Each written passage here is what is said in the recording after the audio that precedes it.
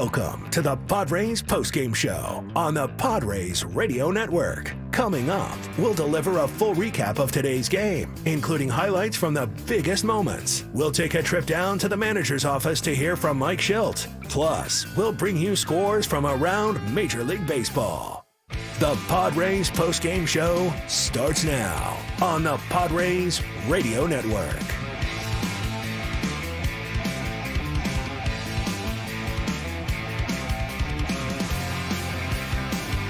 Welcome into our post-game show here on the Padres Radio Network. A heartbreaking end to the 2024 season for the San Diego Padres as they fall in Game 5 of the National League Division Series by a final score of 2-0. Final totals here in Game 5 for LA: 2 runs on 4 hits, no errors, and for San Diego, no runs, 2 hits and no errors. The Dodgers are heading on to the National League Championship Series to host the New York Mets in Game 1 here in L.A. on Sunday. Sam Levitt with you inside Dodger Stadium. Welcome into our post-game coverage, as unfortunately this will be one final post-game show here in 2024. We'll hear from Padres manager Mike Shildt. We may also hear from a number of Padres players as well. This will be a tough few days, an ending to a season to really make sense of.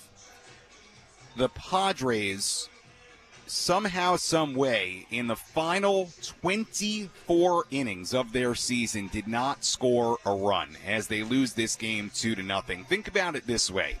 The Padres had the 2-run home run in that 6-run second inning in Game 3 from Fernando Tatis Jr. That would be the final runs they scored in this series, coming all the way back in Game 3, then getting shut out in Game 4, 8-0, getting shut out here tonight by a final score of 2-0. The fact that the Dodgers won this series in 5 games is not the shocking part of the way this season ended. In this sense, the Dodgers, a 98-win team, we knew this would be a great series. We knew both teams would fight hard. We knew both teams would make it a good series. This was always going to be a tough series, a winnable series. The Padres are a great team in their own right, but it's not the final result per se that is so shocking. It's the way it happened. An offense that led the major leagues in the regular season in batting average. They led the major leagues in hits. They finished 6th in on-base percentage, 7th in slugging percentage, 6th in OPS, tied for 7th in runs scored, and tied for 7th in run differential. They were shut out in the final 24 innings of their season, shut out in back-to-back games to end their season. That had only happened once during the course of the regular season, and that was all the way back on May 20th and May 21st, 2 games in Atlanta and in Cincinnati. The Padres had not been shut out in back-to-back games since May 21st, and just an offense that was so good all year, so good at stringing hits together, all the things we praised them about throughout the regular season, and even early on in the postseason. I don't quite know how to make sense of it. It was a really, really bad time for the first time in months to go absolutely ice cold. And that's what the offense was in the final 24 innings of this season. The final, aside from 1 inning, essentially 3 games of this series, just ice cold. The Padres in this game, they had runners on first and second in the 3rd inning.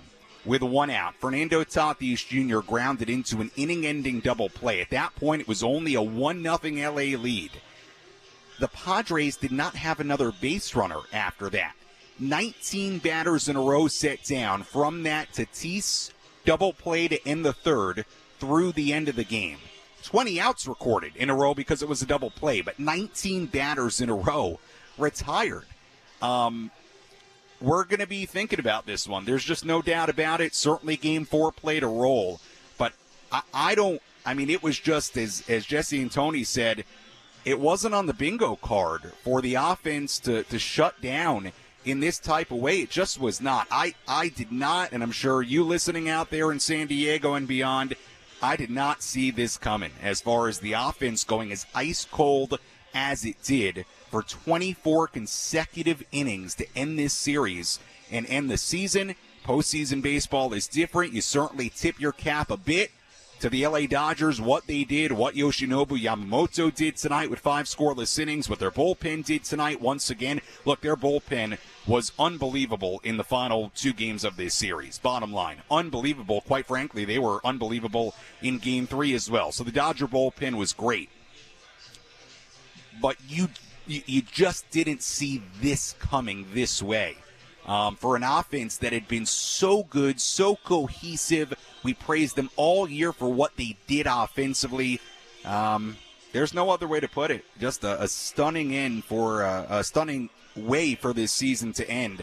And that's it. In 2024, the Padres fall in Game 5 by a final score of 2-0. We will try to make sense of it throughout our post-game show. We have a lot to talk about. And before I send things to break here, you have to talk about what Yu Darvish did. I mean, the Padres couldn't have asked for anything more from Yu Darvish in this game. 6 2/3 innings, 2 runs given up. He gave up 3 hits, made a couple of mistakes. The home run to Kike Hernandez and the second solo shot. By the way, from that home run through the Teoscar Hernandez solo home run in the 7th inning, Darvish retired 14 in a row. Yu Darvish did everything in his power to keep this season alive here tonight. Tonight is not in any way, shape, or form on Yu Darvish. It's just not. 2 solo home runs that had to be good enough tonight, and here's the reality. The Padres didn't score in Game 4. They didn't score in Game 5. You don't win games if you don't score. And they were very different games pitching-wise. Obviously, L.A. with the 8-0 lead in Game 4. Padres had a tall order and coming back, but it was not that way here tonight. Yu Darvish and the bullpen between Adam and Scott, I mean, they did everything in their power to allow the Padres to win this game. They were probably going to have to score more than 2 runs to win this game here tonight, and the Dodgers only had 4 hits, and 2 of them were solo home runs, and those were the only runs scored. So, I wish I had better answers for you, Padres fans, and I feel for you out there because this is a pretty heartbreaking way for this season to end in sort of a head-scratcher with the way it ended, with the Padres offensively just going ice cold at the worst time. I mean, just a bad time to go through your coldest offensive stretch of the year. This was from A.J. Cassville, Padres beat reporter for MLB.com. The scoreless 24 innings in a row, the longest postseason drought for any team in 33 years. So this was really, I mean, just out of nowhere and something that hasn't been done in a while in the postseason, and it was done by an offense that was great all year and, quite frankly, explosive at times in this postseason. And again, I bring it back to this. If you would have told me that Tatis home run in Game 3 in the 2nd inning would have been the final runs the Padres scored in this series, that is hard to believe. There's no way anybody would have believed that, but that's what it was. And we will try to make sense of it for the next hour or so here on the Padres Radio Network. When we return, we'll take you through the highlights. We'll recap this one. We'll get to our daily awards one more time. We'll hear from Mike Shildt, may hear from some Padres players, and we will wrap it up for one final time in 2024. The final score in Game 5 of this NLDS, the Dodgers 2 and the Padres 0. Our postgame coverage from L.A. continues after this. Sick of paying through the nose for bottled water?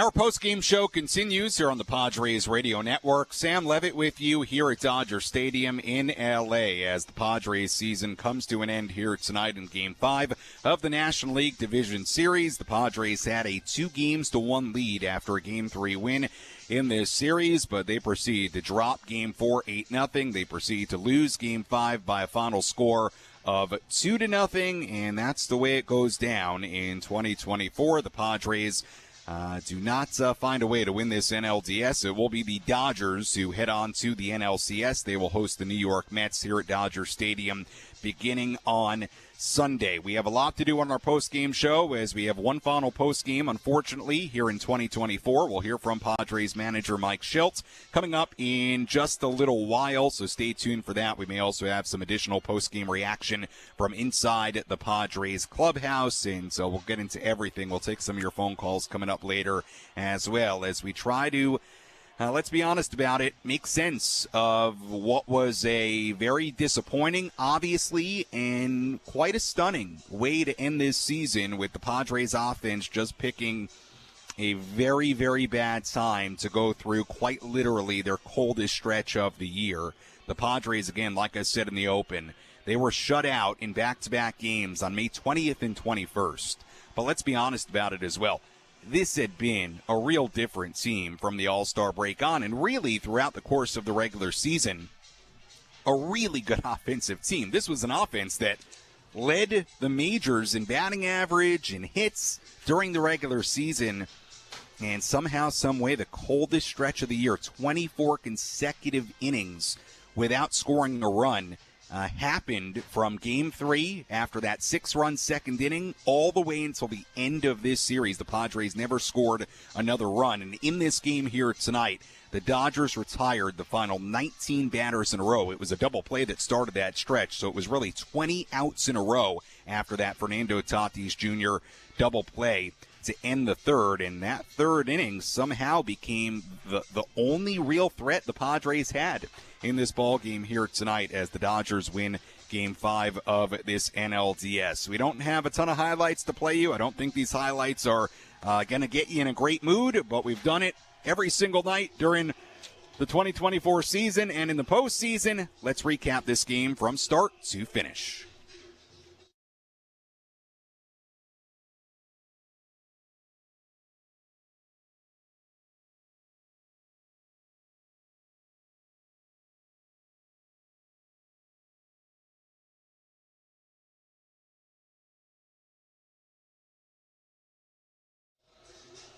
Yoshinobu Yamamoto took the mound for the Dodgers in the top of the first inning. He put together a quick 1-2-3 frame. In the bottom half, Yu Darvish took the mound. He worked around a 2-out single from Freddie Freeman. Yamamoto worked around a 2-out walk and a scoreless top of the second. In the bottom half, Darvish issued a leadoff walk, but then got a double play from Will Smith. The bases were empty for Kike Hernandez.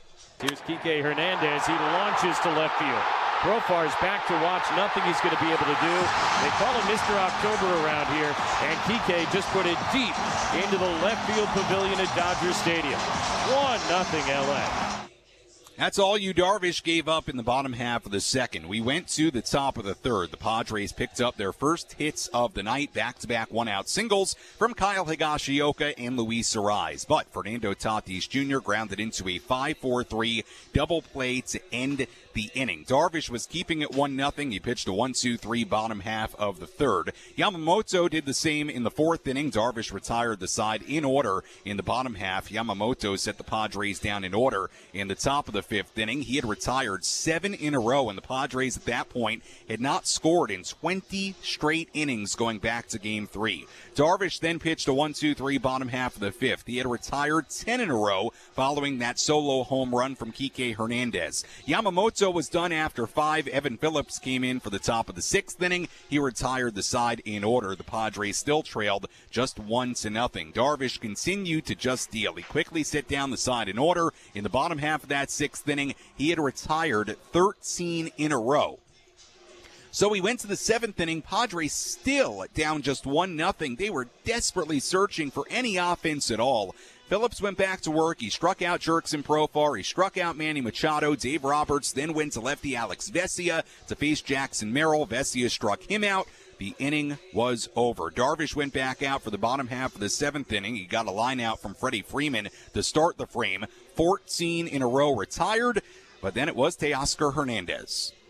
Here's the 2-1. Hernandez hits one in the air to very deep left field. This one is way back and gone, a home run. Boy, almost the exact same spot where Hernandez Kike hit one out in the 2nd inning. This time, Hernandez Teoscar, and it's 2-0 Dodgers in the 7th. Darvish faced one more batter and got him out. That was it for you. He was great. 6 2/3 innings, 2 runs, 3 hits. 2 of the hits were solo home runs. Jason Adam got through the rest of the inning to keep it 2-0. On to the 8th inning. Alex Vesia went to the mound to warm up for the inning, but while warming, he hurt himself, walked off the mound alongside an athletic trainer. The Dodgers then went to righty Michael Kopech, who was given all the time he needed to warm up. It was no issue. He recorded a 1-2-3 inning. Adam recorded the first 2 outs at the bottom of the 8th inning. Tanner Scott came on to face Shohei Ohtani. He struck him out, and that was it for the 8th inning. At that point, Yu Darvish had gone 6 2/3 innings, 2 runs given up, the solo home runs. Adam and Scott combining to finish the 7th inning and the 8th inning. We went to the 9th inning. The Padres still down just 2-0. At that point, Dodger pitching had set down 16 in a row. The Padres with 3 outs to play with in their season. Donovan Solano pinch hit for Kyle Higashioka. Solano grounded out. Luis Arraez flew out to right field. There were 2 outs, nobody on. The Padres down to their final batter of the season, unless Fernando Tatis Jr. could extend the game. It was Blake Treinen against Fernando Tatis Jr. First pitch on the way. Fernando swings, grounds it to third. Shorthand pick. Hernandez throw to first in time. And the Dodgers have a date with Grimace and the Mets Sunday here at Dodger Stadium.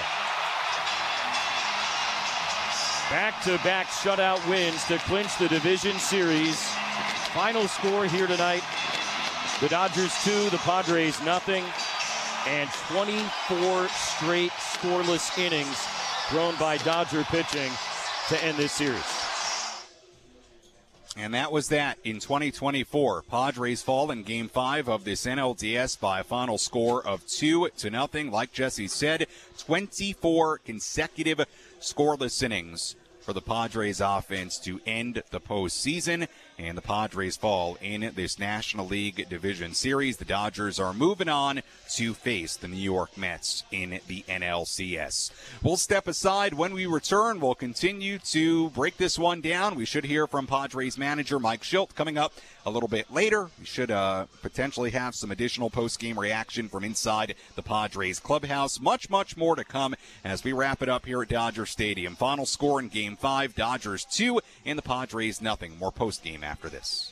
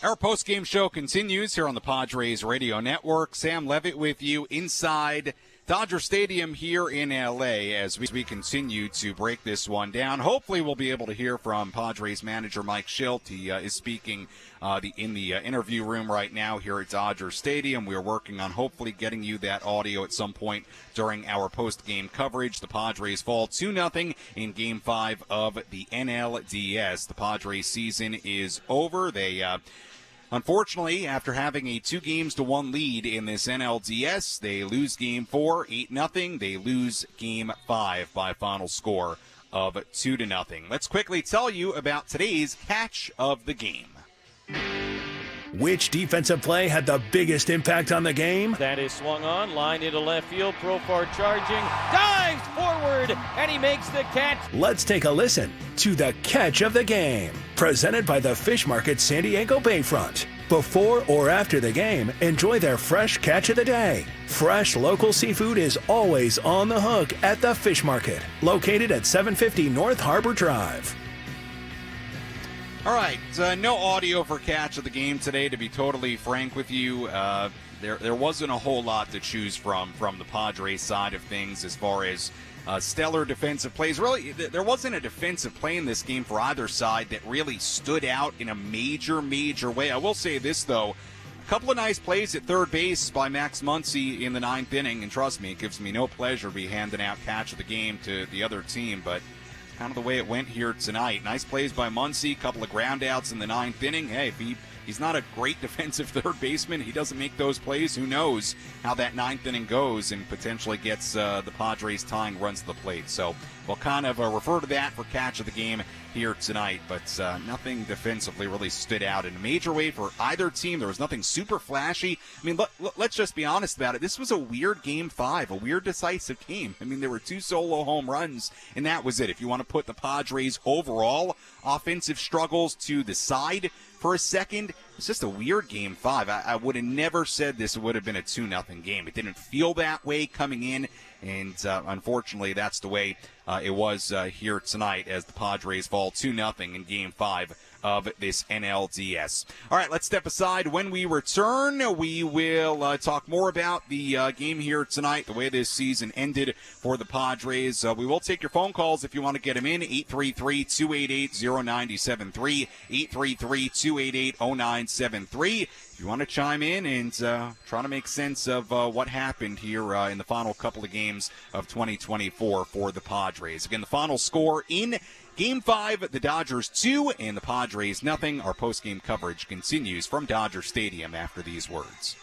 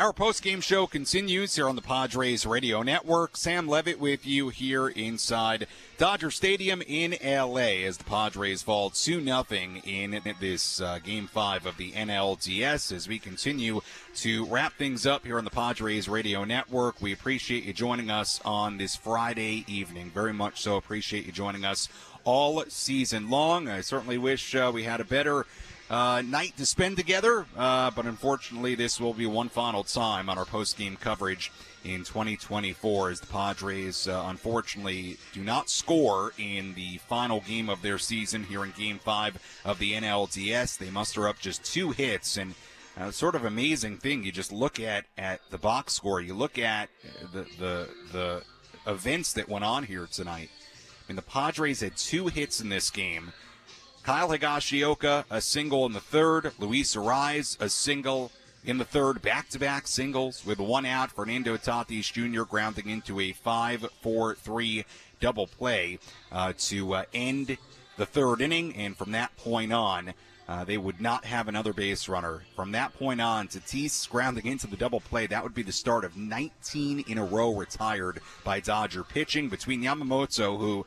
Hey, I mean, look, you got to give credit where credit's due. And, look, I don't feel like this is the type of loss, the type of way to end the season where, like, there's a lot of tipping of the cap. I don't, because it's pretty stunning the way this went down, the final couple of games of this season. But, look, Yamamoto was good. I mean, 5 scoreless innings, 2 hits allowed. You know, you wondered how he would do.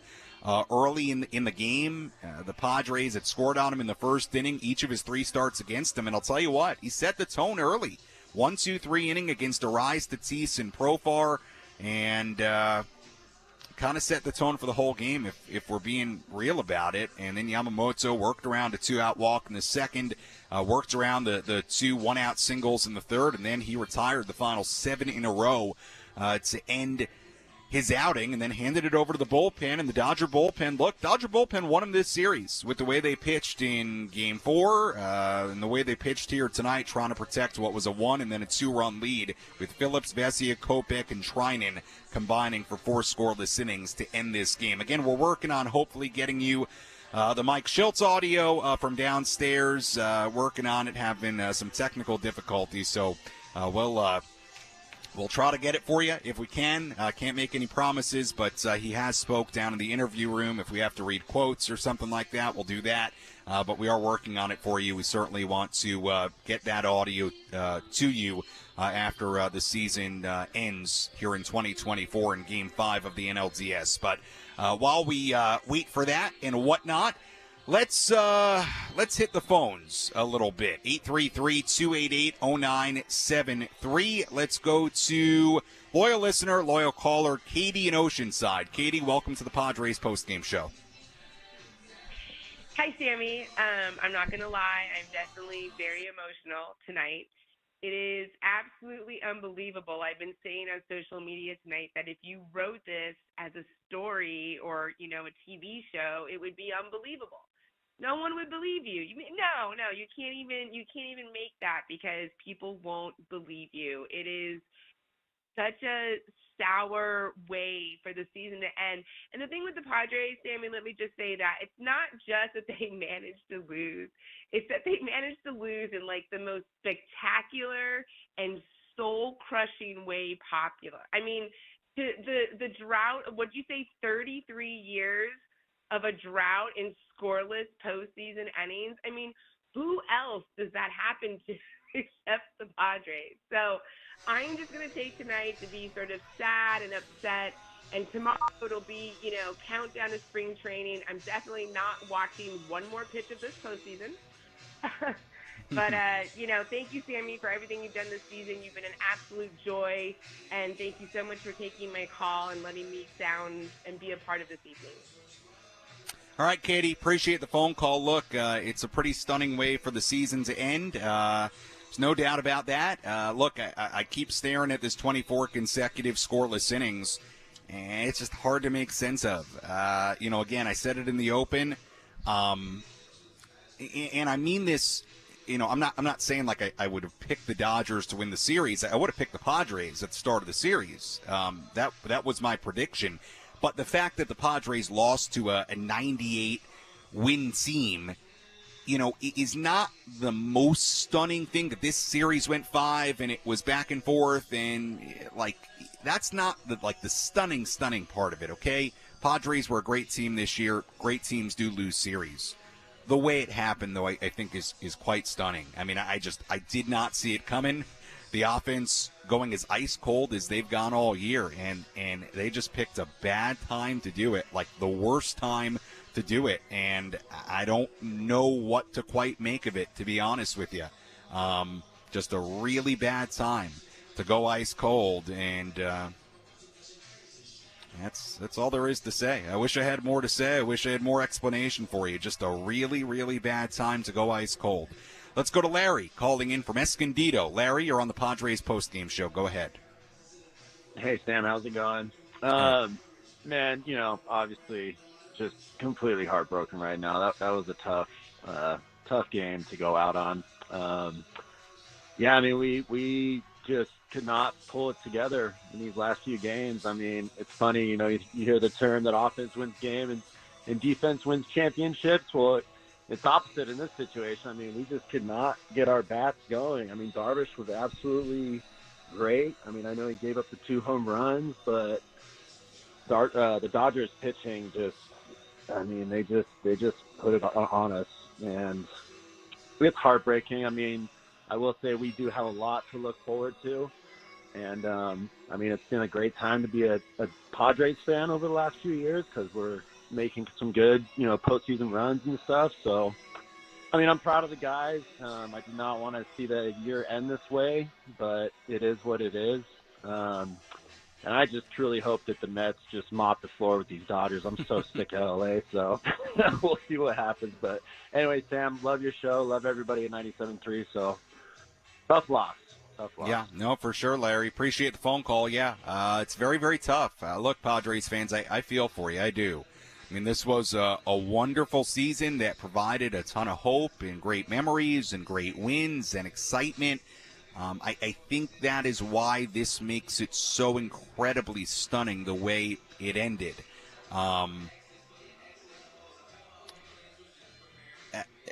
It almost puts you at a loss for words.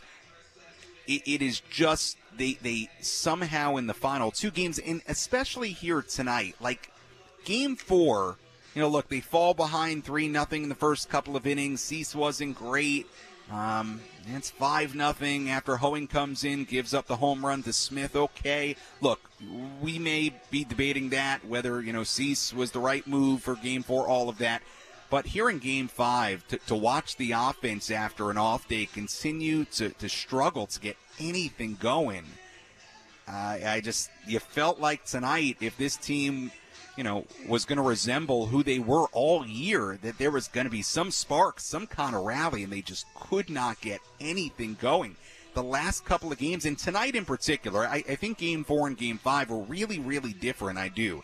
Game 4, they fall behind 5-0, and they couldn't get it going. They're facing the Dodgers bullpen, but then you look at it, really this series as a whole, facing relievers were a problem. Tonight they couldn't get much going aside from that third against Yamamoto.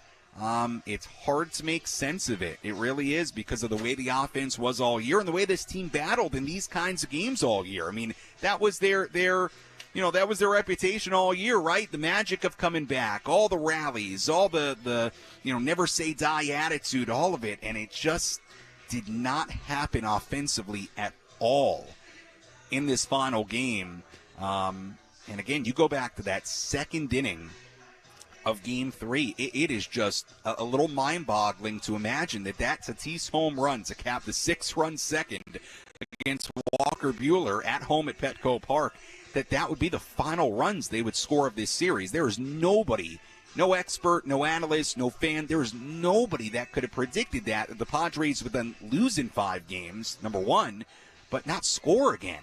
So, look, Padres fans, I feel for you tonight. I do. I really, really do. This was a wonderful season with a team that gave you a lot of hope and excitement and fun and really made you believe that this team was capable of winning a World Series. I mean, I'll say that into the winter. I think this roster was capable of winning a World Series. But that doesn't mean you win a decisive Game 5, and you've got to play well. You've got to find ways to hit. You've got to play somewhat of a brand of baseball you've played all year, and they just didn't do that offensively in the final 2 games of this season. Really almost 3 full games. Again, the 6 runs in the second in Game 3, the final time they would score in 2024, which is just hard to believe. Let's continue on the phones. I want to give you an opportunity to sound off here tonight. Let's go to Obi. It's Travis. Travis, you're on the Padres postgame show. Go ahead. Hey, Sammy. Thanks for taking my call. I just want to thank you for all your work this year. Just a true professional. I know you're weeping with us as fans and still putting on a show. And so I want to thank you. You've just been amazing all year. And let's see. I wanted to thank you, Darvish. I don't know what he's dealt with personally, but his ability to come even give us a shot at today's game was amazing watching him pitch, and he did amazing. And yes, there's a couple of pitches that they got him on, but couldn't ask for anything better from you, Darvish. It was interesting too that we only got 1 walk today. We got 2 walks the game before. The Dodgers, it didn't feel like they won it, but they didn't give us any freebies in both games. And I guess you got to tip your hat a little bit for them just to really go after our guys, especially after the performance we did earlier in the week. They really just went after our guys. And I wanted to kind of get your thoughts. Did they all eat something wrong, or what was that? The light bulb switch or the spigot that just turned off? Yeah, Travis. Travis, and appreciate the phone call. Let me touch on both of your points. Number one, Darvish was outstanding. He was outstanding in this series. I mean, he went a combined 13 2/3 innings in this series between games 2 and games 5, game 2 and game 5, and gave up 3 runs. I mean, you tonight was great. Okay, if somebody would have told you that Darvish would give up 2 solo home runs in 6 2/3 innings tonight, I'm saying the Padres got a great chance to win this game. If you're telling me those would be the only 2 runs the Padres gave up in this game, I would have said the Padres win it, because I couldn't have imagined the offensive struggles continuing the way they did into tonight. And that's the other part of it too, when you try to assess what happened to the offense tonight and in the last few days. The shocking, again, you use that word shocking, there wasn't even base traffic. Again, they got runners on first and second in the 3rd inning. The double play by Tatis. That would not only be the only at-bat with Tatis that they would have with a runner in scoring position tonight, but they didn't have another base runner. It was 19 in a row set down from the Tatis double play through the end of the game. I mean, there weren't threats. This was a close game. It was 1-0, 2-0, bloop and a blast. You take a lead, you tie the game. And it just was not anything. Travis, I don't know. I'm not going to pretend to be up here and tell you I'm a hitting guru. I'm not. I do know that they faced a very good Dodger bullpen. And look, you'll tip your cap a little bit to what they did. I don't know. I wish I had an answer for you as to what happened in an overall sense to this offense. Just quite frankly, the quietest stretch they went through all year in almost, what is it, 162 plus 7 games, in 169 games of the season. I mean, they just picked an awful time to go ice cold. I mean, that's just all there is to it. And I'm not going to pretend to be a hitting guru tonight on the final day of the season and, tell you kind of, what the approach, what was wrong with the approach, all that kind of stuff.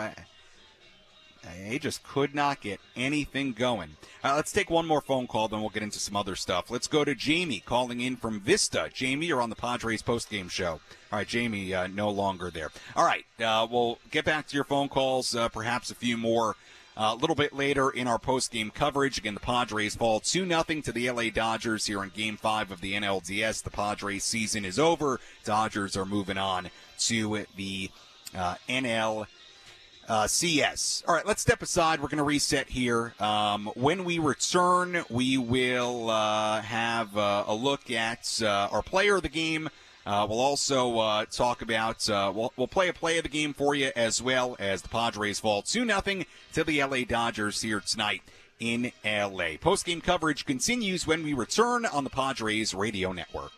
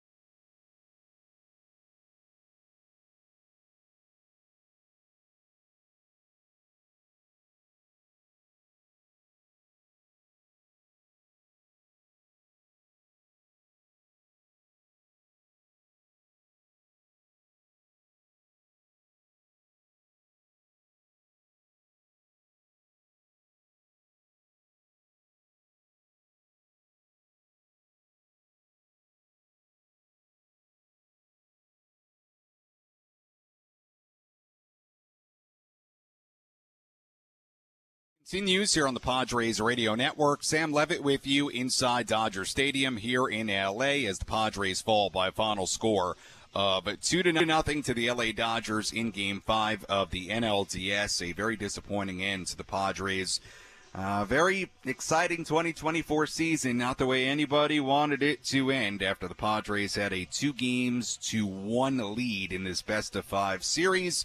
A team that provided this city with a lot of excitement in 2024. Great wins. Just did not end well. The final really 2.5 games or so. Padres obviously won Game 3. They scored 6 runs in 1 inning early in Game 3. And again, we're going to be thinking about that number 24, I think for a while here. 24 consecutive scoreless innings from the Padres offense to end this series, and they get shut out for a second straight game in Game 5 of this NLDS. All right, we apologize for the delay on Mike Shilt's post-game audio. Good work by Frank Marchese, Adam Klug, tracking down the audio. We do have it, so we couldn't do a final post-game show here in 2024 without hearing from the Padres manager. So, after this 2-0 defeat in Game 5 of the NLDS to end the Padres season, let's hear from the Padre manager, Mike Shildt. Up a seat in the manager's office and hear from Padres manager Mike Shildt. Presented by Sinley Food. Spice up your culinary life.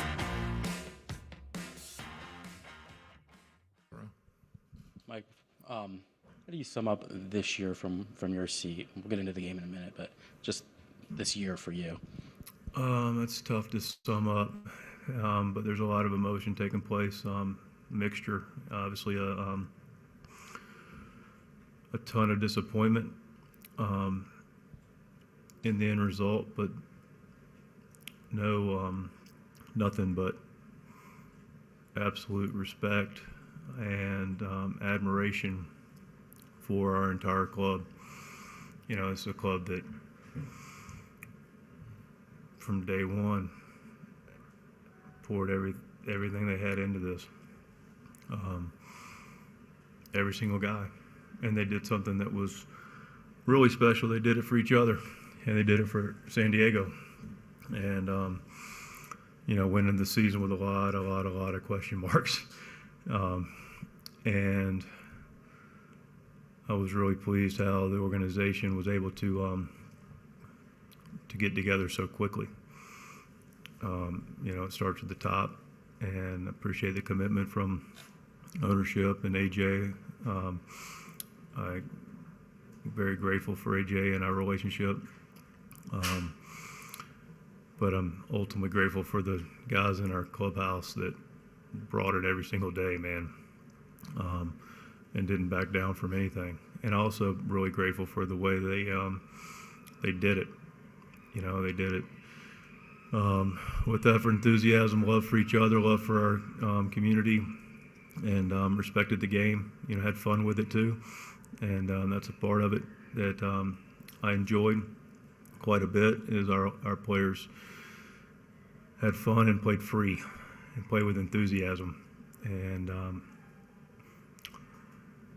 you know, you do it for our faithful, and you know, put every bit of what we had into it. And thing about putting your effort into faith is you never know how it's going to turn out, but that's a beautiful thing about faith.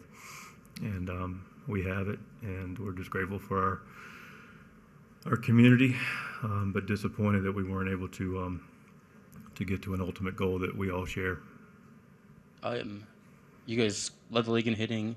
You scored in bunches. What is your view of 24 innings without a run? Like, how stunning is that for that to be the way this ends for this team? I think stunning's appropriate. Yeah. I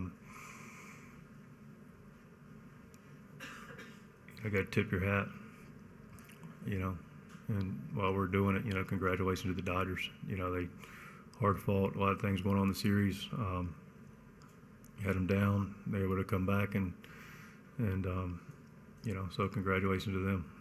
I imagine you take that start from Yu Darvish every time. Darn right, every time. Yeah, I thought Yu was magnificent again. You know, had him off balance. A couple swings got him. Other than that, he was really good. I'm in the front to Barry.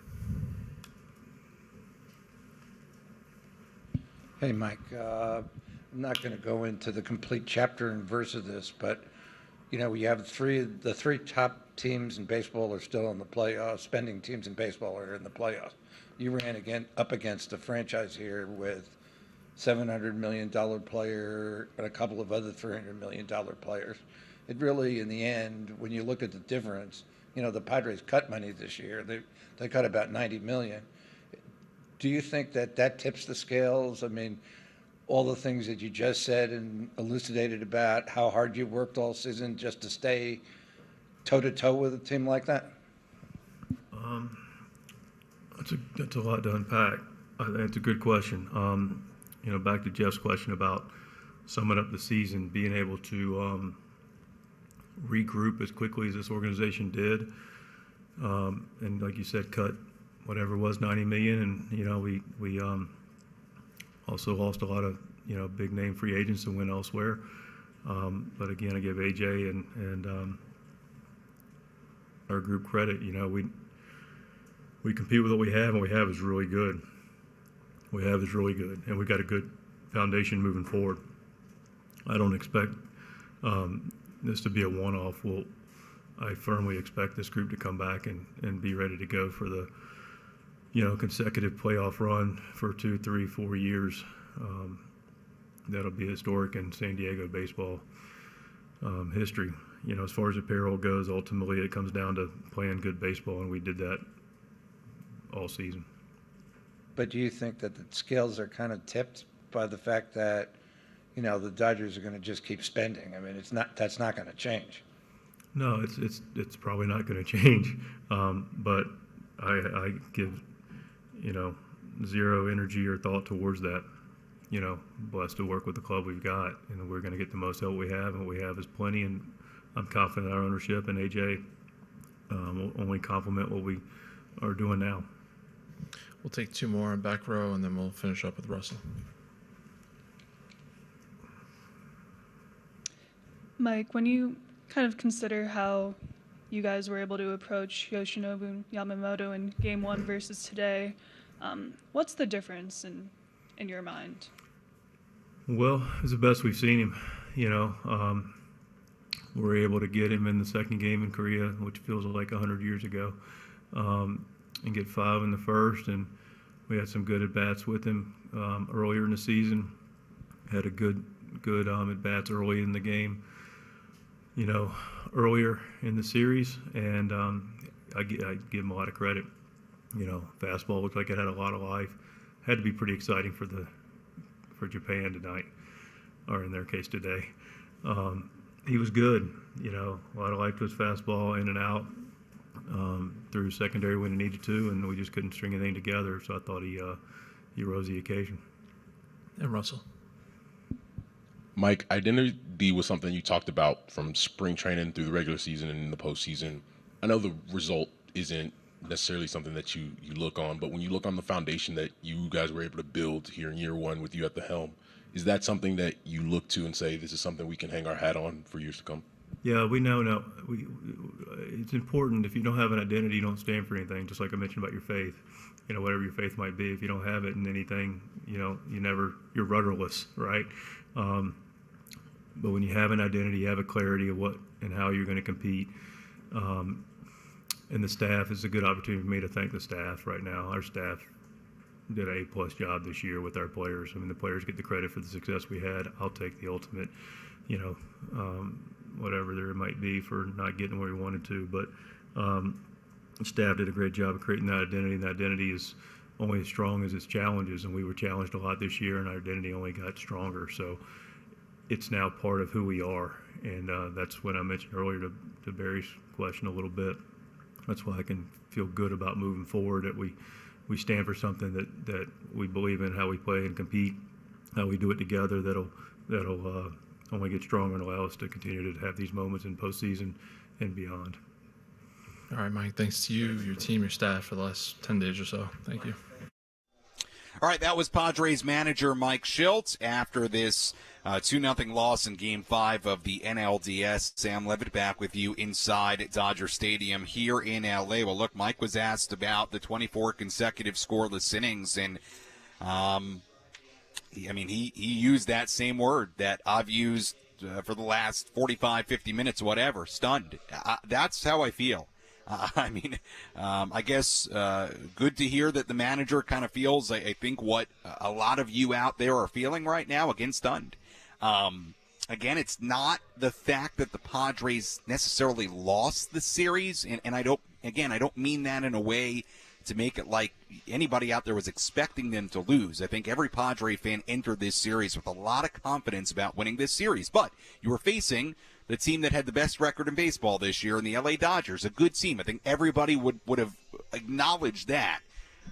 But for it to go the way it went, for the Padres to lose this series the way they lost it over the course of the final 2 games, from the offensive standpoint, was stunning. I don't think there's a better word to describe it. Was stunning, considering the offense they were in the regular season, the offense they were at times in the postseason, in the lead up to Game 4 and then Game 5 here tonight. Again, I keep thinking about this. Imagine telling somebody that the Tatis home run in the second inning of Game 3 to cap that 6-run inning, imagine telling somebody that would be the final runs they scored of the series. And yeah, look, Mike Shildt said it, tipping of the cap. Look, I think you do a little tip of the cap because the Dodger bullpen was great. Yamamoto was really good, far better than he had ever been against the Padres this season. But hey, that's the postseason. You got to be able to hit good pitching. And you thought the Padres were an offense that would be capable of doing that. Just out of nowhere, the bats going so ice cold. Again, Game 4, Yeah, are there pitching elements to it? Will we be thinking about Dylan Cease, not setting the tone early in Game 4? Yes. The bullpen not being able to keep it close in Game 4? Yes. But the bottom line is, you had to erase Game 4 out of your memory and focus on Game 5 today, and the Padres just, they had 2 hits, a couple of singles back-to-back in the third. Those were the only hits they had in this game, and there was no way they were going to win this game if that's all the offense they got. So, again, you're kind of left scratching your head and searching for answers here on this Friday evening. All right, if you want to get a phone call in, 833-288-0973, 833-288-0973.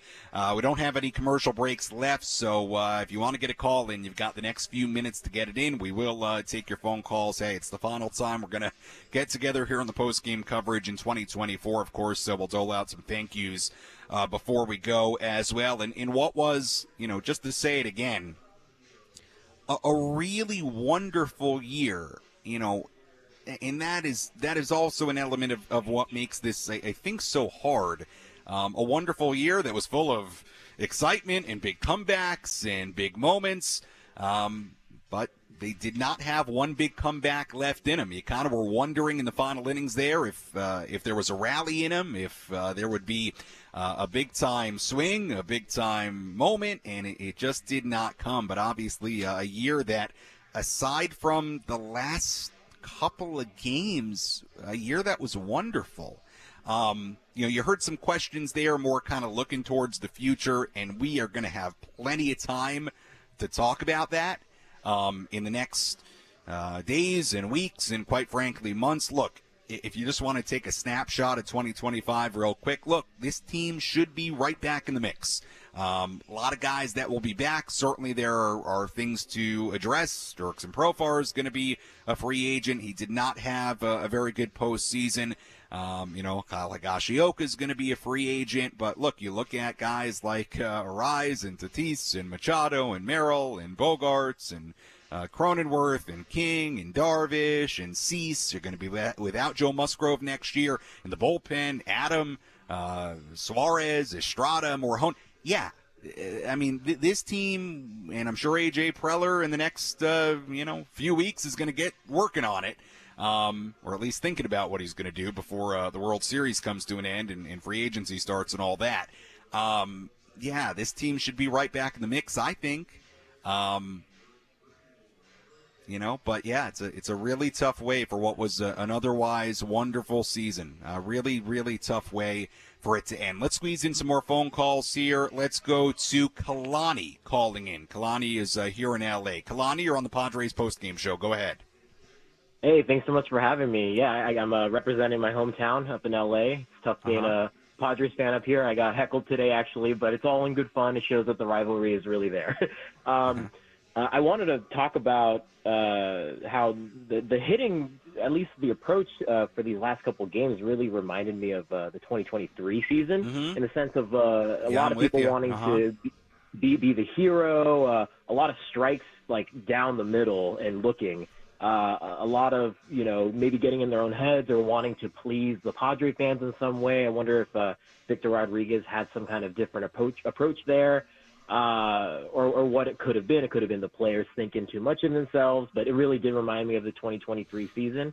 Yeah. And really quickly, I wanted to talk about, like you just said, for next year, we won't have Joe. I know a lot of talks are about for Roki Sasaki coming over, or at least in talks with him.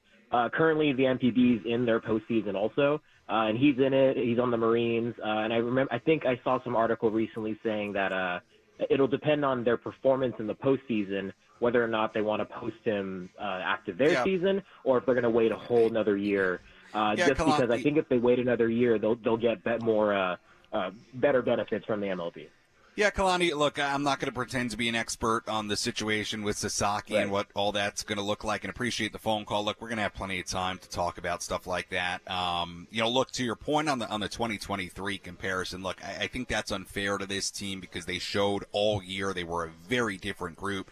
I will say this, though. It started to feel, as this game went along, it started to feel like they were pressing. I mean, that's the only explanation I can come up with for this offense looking so radically different. in tonight's game in particular than how they looked all year. That's like the only explanation I can think of. Is it was getting late. They didn't get out to a good start offensively. Yamamoto was a lot better than he had been against them. And it just things got tight late. I just don't know. It's going to be a winter full of trying to understand what transpired. Let's go to Jeff, Point Loma. Jeff, you're on the Padres postgame show. Go ahead.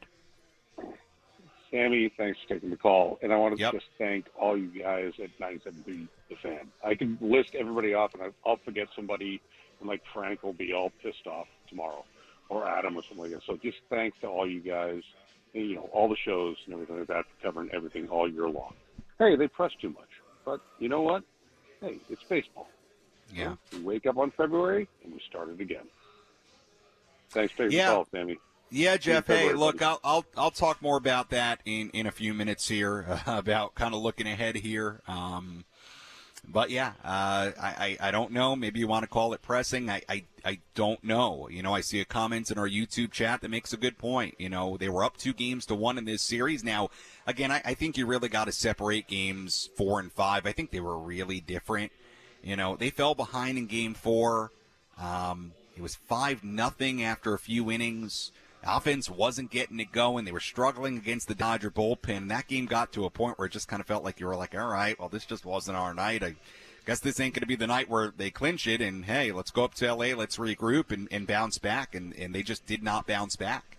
And the offense just did not bounce back. And for what reason? I think that's going to be what we're thinking about over the next weeks and months. All right, let's squeeze in one more phone call here. Then we'll knock out a couple of daily things for one final time in 2024, and we will kind of tie a bow on the 2024 Padres season. Let's go to San Marcos. It's Doug. Doug, you're on the Padres postgame show. Go ahead. Hey, Sammy. Thanks a lot, man, for taking me in. Hey, look, buddy. You know, we've talked a few times, but I wanted to thank you. You've been here for what, 2 years now? 3. Year 3. 3 years. 3 years, yeah. Time flies when you get my age. But awesome job, buddy. And I really appreciate you, man. You're very entertaining. You do a great pre and post. Thank you, man. I appreciate that. I look forward to hearing from you and hearing with you, you know. And tonight hurt. It hurt. I've been a fan since '73, and you know, this is very disappointing. I'm going to have to sleep on this one. Unfortunately, got to go to work in the morning, but I'll probably get more done tomorrow than I have in a while. But, dude, you know, we got to hit the ball, man. And I don't know what happened. 22 innings. I mean, come on, Sammy. Yeah, it's hard to explain. Doug. Sorry, Doug. Appreciate the phone call. Yeah, look, you got to hit. I mean, you're not going to win games scoring no runs. And I know throughout the postgame tonight, you know, I kind of sound exasperated, at a loss for words, stunned. I don't know what other emotion you're going to feel here tonight. And again, it's not just the fact that they lost. Had this been a back-and-forth classic, you know, and somebody came up with a big hit late and you just lost a great baseball game, okay, you know, that is something. But to lose the way they lost in just this kind of stunning way with the offense going so ice cold, yeah, we're going to be trying to make sense of that. You know, make sense of that for a really long time. And I'm sure the players will as well. Look, I don't question the effort from these guys. I really think, you know, look, it's going to be easy for a lot of fans, I think, over the course of the next days and weeks to feel like, you know, oh, they gave up. Let me be the first one to say that's not what happened here, okay? This team didn't suddenly, over the course of 48 hours, just, you know, have a switch flipped where they didn't care about the season anymore or moving on to the NLCS, a team that cared deeply all year, that talked about how together they were all year, how badly they wanted to win and showed it all year. that cannot become the narrative from what happened in this series. I don't believe that. I don't question the effort at all. Why they went so cold offensively out of nowhere, I don't know. I don't know. To me, it's not an effort thing. I don't know what it was. They just picked an awfully bad time to go ice cold offensively. You know, you sometimes see this in this new playoff format with teams that get the bye. We've seen it, right? With teams that get the bye and show up to the series ice cold. But this team scored 10 runs in Game 2. They scored 5 runs early in Game 1. They scored 6 runs early in Game 3. And then just almost as if somebody snapped their fingers and said, no more runs for you, it was over offensively. So we're going to be asking that all winter. I mean, we are. So I don't question their effort. It's not an effort thing. It's not a care thing. This team cared. I was around this team a lot. This team cared and wanted to win. And sometimes it doesn't work out. And that's okay. It's not going to make you feel any better. It's not going to make the way it went down any, less stunning. But I don't question the effort. I don't question the care. I do not. And I don't think that should be your takeaway from this season. I think this team earned more respect than that with the way they played, the way they cared all year. You're going to look at the 24 innings and just say what happened. And to that, I don't know. Let's see here. Let's take a little break here. We got a long segment here. Frank doing a great job back in the studio. We are staying on the air here. We may have some post-game reaction from inside the Padres clubhouse. So we've got late trending audio coming in. Let's quickly pause for station ID on the Padres radio network.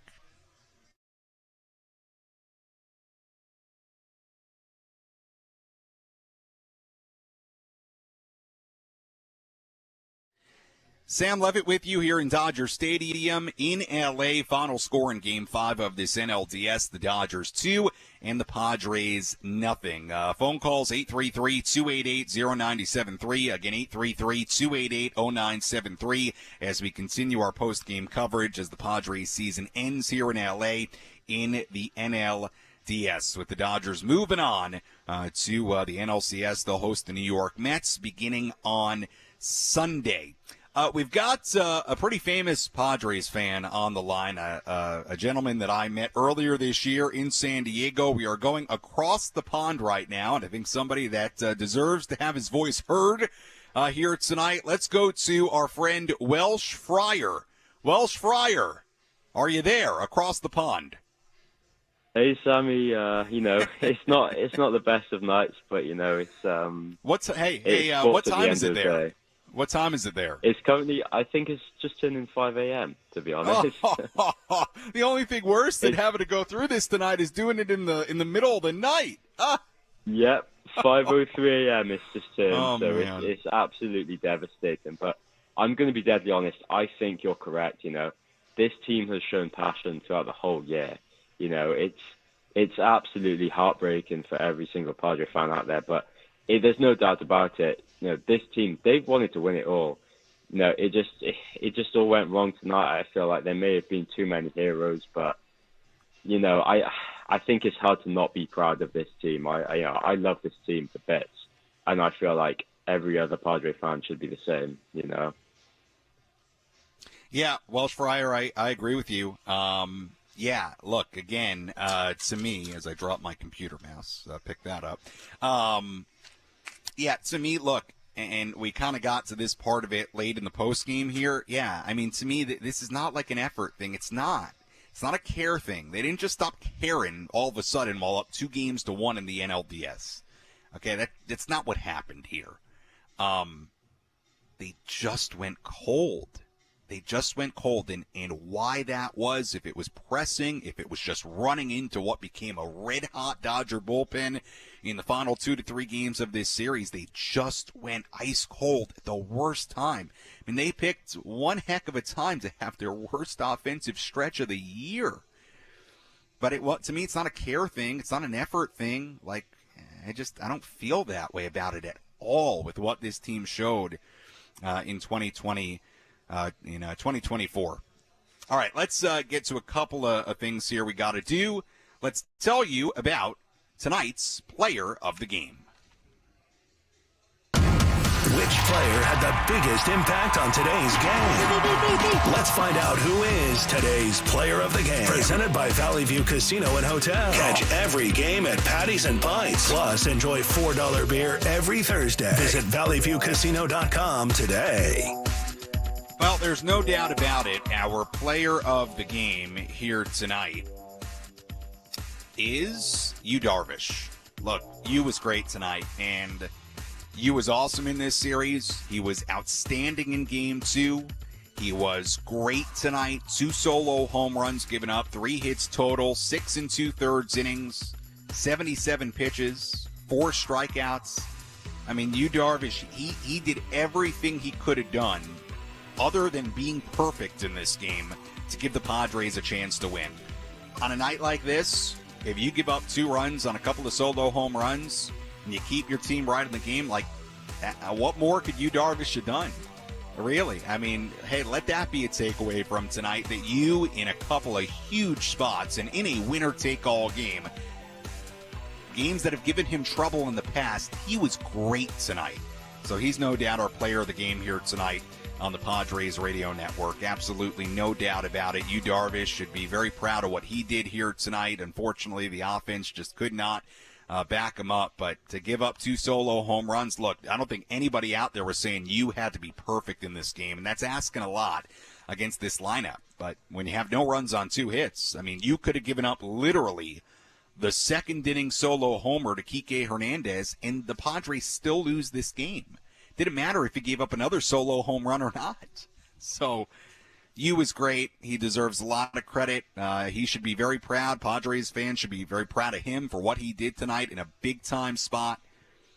But unfortunately, it was not enough because the Padres needed to score. They needed this offense to show up in a really big way. I mean, you go back and you look at our keys to the game tonight, and I'll run through them real quick. Our keys to the game.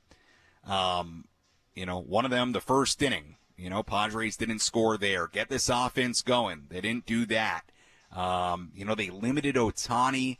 He was 0 for 4 tonight. They did a great job they did a good job against Ohtani in this series. I mean, he had an impact in Game 1. He had an RBI single in Game 4. That's another part of this that is just so frustrating. They did a good job against Ohtani in this series. He was 0 for 4 in Game 5 tonight. But didn't matter because the Padres couldn't score. They did a pretty good job other than the Hernandez home run against the bottom of the LA lineup. We focused on that throughout the series. They made Mookie Betts go 0 for 3 in this game. Hard to win games when you don't score, everybody. That's the bottom line. Just is. Really hard to win games when you don't score runs. So Yu Darvish was good. They did a good job in a number of departments in this series, but unfortunately was not enough. Let's hear tonight's play of the game presented by Jensen Meat, where great taste meets integrity. Here's Kike Hernandez. He launches to left field.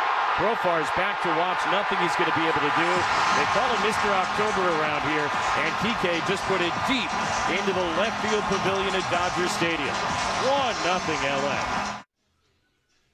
And that was our play of the game here tonight. Unfortunately, it doesn't give me any great pleasure to have that be our play of the game here tonight. Kike Hernandez, the solo home run in the second inning. Hey, gave the Dodgers a 1-0 lead. Had that been the only run they scored in this game, that would have been enough with the way it went on the Padres side of things. So that was unfortunately our final play of the game on the Padres Radio Network.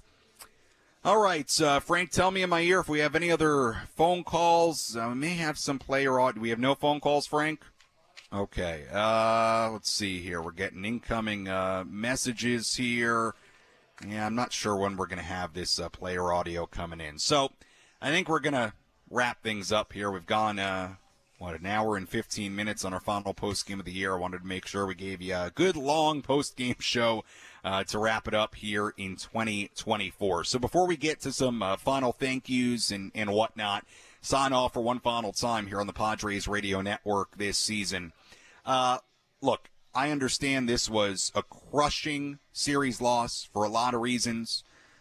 Number one, anytime you lose to this team in LA in the postseason, with the history now between these two teams, what has become one of the better rivalries in our sport. It is a rivalry. They can say whatever they want up here about it. We saw what happened in this series and what's transpired over the last few years. It is certainly a rivalry. It is probably not the last we've seen of these two teams facing one another in the postseason. It's going to hurt. And it's probably going to hurt for a while because of that reason. It's probably going to hurt for a while because of the way it happened, having a 2-1 lead in this series, having the offense all of a sudden kind of inexplicably go ice cold.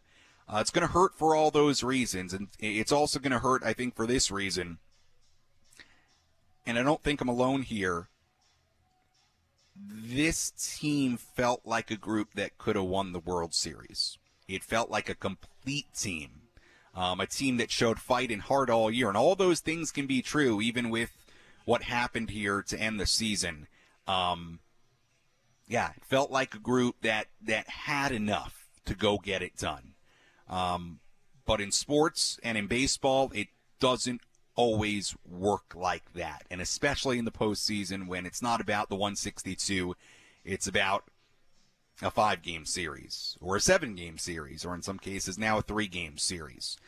You look at this team, we have no idea what changes will be made on this roster. Obviously, clearly a lot of the faces will be very familiar. The Tatises and the Machados and the Merrills and the Bogarts and Arise and Cronenworth and King and Cease and Yu Darvish. Look, I just said all those names, and even in the bullpen, Adam and Suarez and the emergence of Estrada and Morjon. And A.J. Preller is going to be active.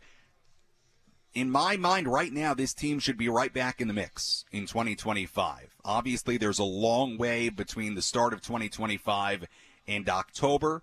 But I promise you that once the disappointment of the way this season ended subsides at least a little bit, may take a while, and that's okay.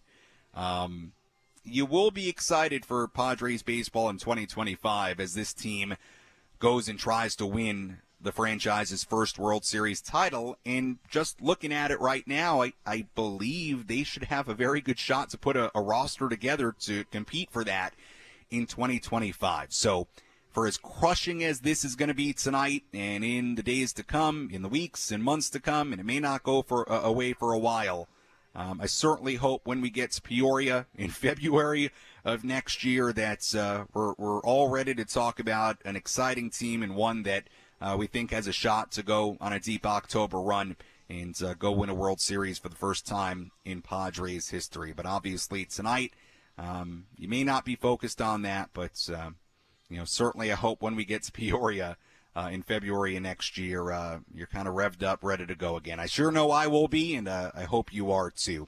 All right, before we sign off for one final time this season, a number of thank yous to get to. All the great people that help bring you Padre baseball each and every night here on 97.3 The Fan and the Padres Radio Network, and it's a long list. It begins with our great board ops. Frank Marchese on the board tonight in the studio. Of course, Nick DiNucci and Jeff Hamby. We literally would not get on the air each and every night without their great work, and they certainly do a lot to help me throughout the season. Pre-game, post-game, they do all of it. They do pre, in-game, post.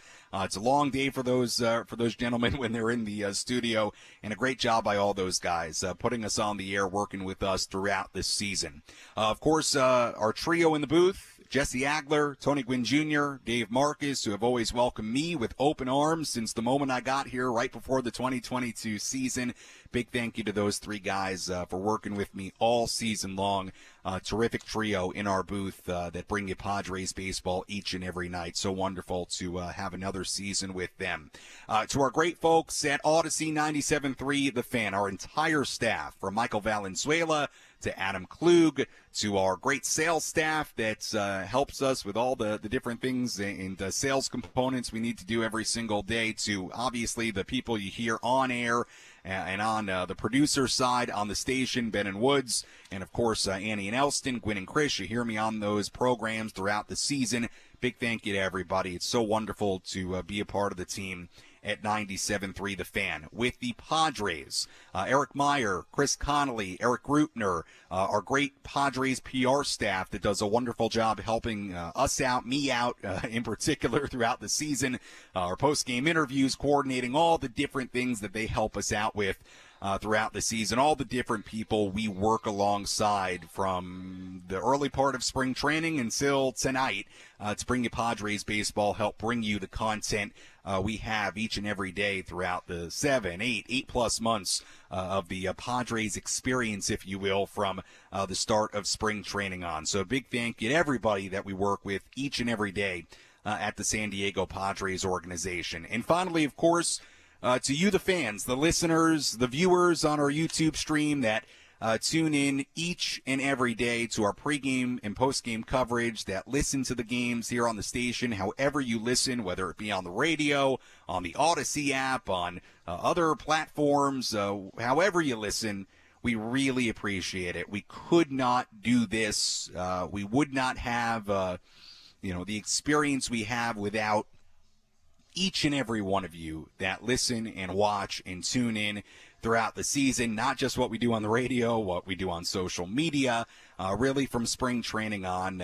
We could not do it without you, and I know I speak for everybody on behalf of 97.3 The Fan that we are so, so grateful to have your support. The success of the station has been all because of you, and we thank you for tuning in all season long, and for everybody that I get to meet at the Western Metal Building throughout the year or say hi at spring training, or if you see me around town, I certainly appreciate creating all those relationships with each and every one of you. If you see me around during the off season, please feel free to say hello. I always enjoy meeting the great Padres fans throughout Southern California. So a big thank you to all the listeners who join us each and every day on our pregame and postgame shows after all 162 and obviously all postseason games as well. And like I said, obviously tonight, very, very disappointing. But hopefully, once it subsides a little bit, we get to Thanksgiving, we get to the holidays, and then finally New Year's, and then we get to sort of that glorious day where we show up in Arizona at spring training, start things anew, and new hope will be in store for the 2025 San Diego Padres season, and hopefully 2025 will be the year where we have a parade in San Diego. Taking a look at the final totals here tonight in Game 5, a decisive Game 5 of the NLDS, where the Dodgers win this National League Division Series 3-2. They move on to the NLCS. For the Dodgers, 2 runs, 4 hits, no errors. They left on 2. For the Padres, no runs, 2 hits, no errors. They left on 2 as well. The winning pitcher, Yoshinobu Yamamoto, who improves to 1-0. Losing pitcher, Yu Darvish, who drops to 1-1. And the save goes to Blake Trinan, his second of 2024 here in the postseason. Time of game, 2 hours and 26 minutes. And the crowd here at Dodger Stadium in LA, 53,183 on a Friday night for Game 5 of this NLDS. Once again, for our great studio coordinator, Frank Marchese, I'm Sam Levitt saying so long and good night from Dodger Stadium in LA. Again, our final score in Game 5 of the NLDS, the LA Dodgers 2 and the San Diego Padres 0. A big thank you for tuning in all season long to the 2024 San Diego Padres. We will talk to you in 2025 on the Padres Radio Network.